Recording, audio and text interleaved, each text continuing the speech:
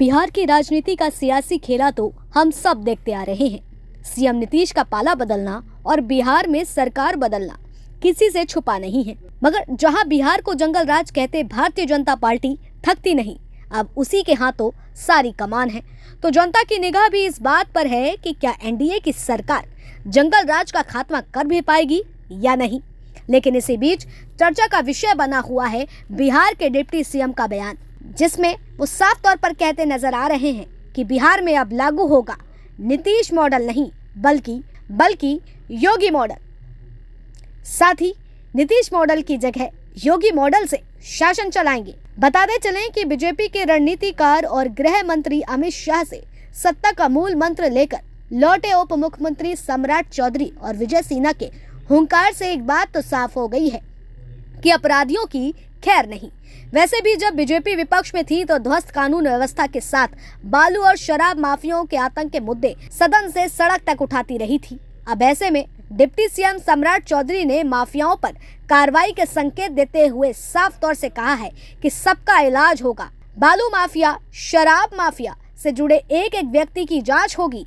Police अब माफियाओं के हमले का शिकार नहीं होगी। इतनी सख्त व्यवस्था की जाएगी कि या तो माफिया पलायन करेंगे या फिर सरेंडर करना होगा।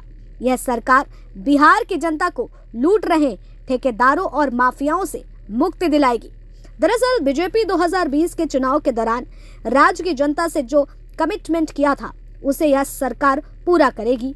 रोजगार के साथ साथ बिहार में कानून का राज स्थापित होगा। साथ ही बिहार अब योगी मॉडल से चलेगा।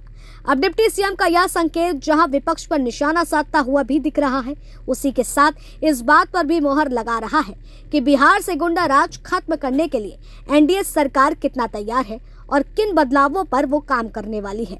अब देखा जाए तो उत्तर प्रदेश और बिहार का राजनीतिक, सांस्कृतिक और सामाजिक चेहरा काफी समान है। योगी आदित्यनाथ ने जिस तरह से संपूर्ण विपक्ष के विरुद्ध बीजेपी को लगभग शीर्ष पर पहुंचाया, उसका असर बिहार में भी पड़ा है।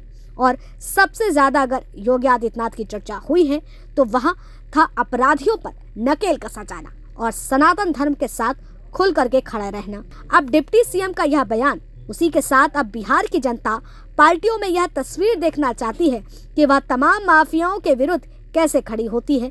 इसके साथ ही राम मंदिर का निर्माण की जरूरत भी बहुसंख्य जनता की हाँ मिली है। इसीलिए बीजेपी अपना चेहरा लोकसभा चुनाव के समय इसे फलक पर परोसना चाहती है, क्योंकि विपक्ष के खेमे से फिसलती सत्ता और राजनीति में विश्वासघात का प्रहार, दल बदल की रणनीति, कूटनीति से मिली सत्ता, इन सब के बीच बिहार में राजनीति का बदलता मौसम साफ तौर पर बता रहा है कि खेला 2024 से पहले अभी बाकी है।